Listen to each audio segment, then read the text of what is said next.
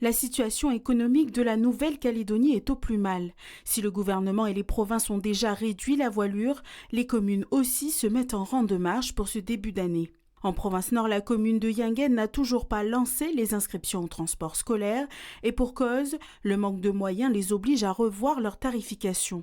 Le transport et la cantine étant des services gérés par la caisse des écoles, celle-ci n'a toujours pas de visibilité sur les dotations communales qu'elle pourrait percevoir. En conséquence, les élus doivent évaluer la part que les parents devront désormais supporter.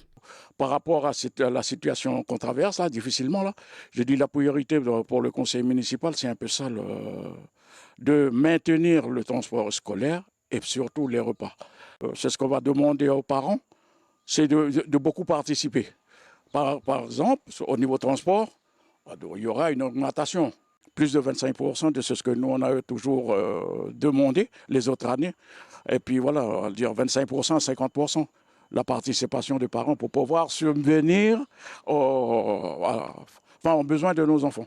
Au nord-ouest, la commune de Vaud a subi 2 vagues de crise économique. Une première après la fermeture de l'usine de Koniambo Nickel, principal pourvoyeur d'emplois dans la zone VKP, puis par celle qui a concerné tout le pays à la suite des événements de mai 2024.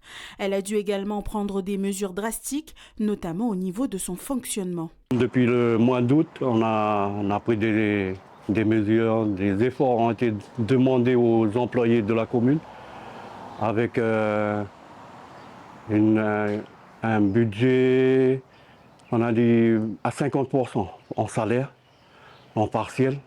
Et en 5 mois, on a pu dégager un budget pour pouvoir se relancer sur l'année de 2025.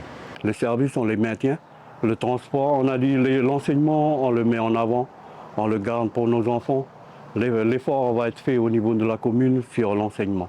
Le transport, la cantine, voilà. C'est les priorités au niveau de la commune pour les 3 mois qui vont venir. Et après, on ne sait pas. Même si la situation reste difficile, à Yinguen comme à Vaud, la priorité est mise sur l'accès à l'enseignement pour les enfants de leur commune.